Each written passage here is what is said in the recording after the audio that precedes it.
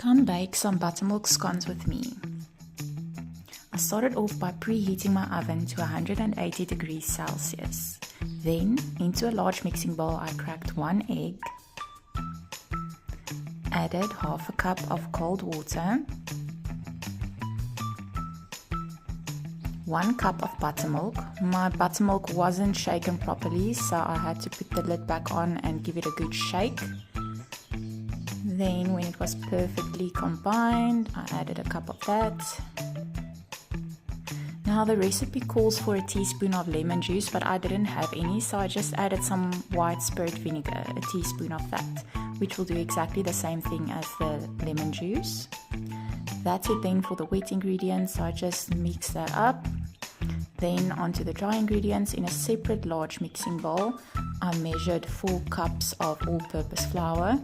As you can see, I measure very loosely, but it ended up being the entire pack, so I just added that. Then the recipe calls for some baking powder, 6 to 8 teaspoons, which also ended up being the entire pack, so I just dumped that in there, and then added 1.5 teaspoons of salt. Then after adding the salt, that's it for my dry ingredients. I just gave that a good mix as well.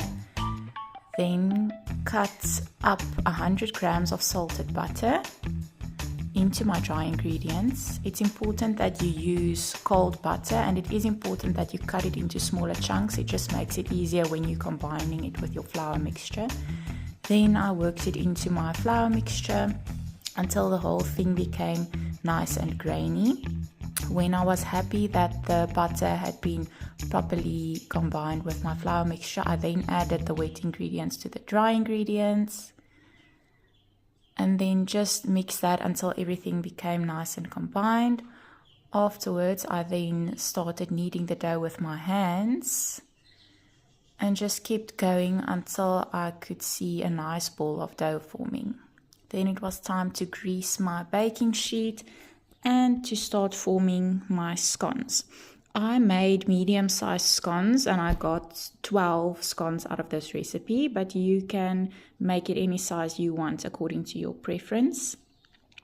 And then after making all of my scones, it was time for them to go into the oven at 180 degrees Celsius for 40 minutes. And they came out absolutely beautiful and delicious. Happy baking!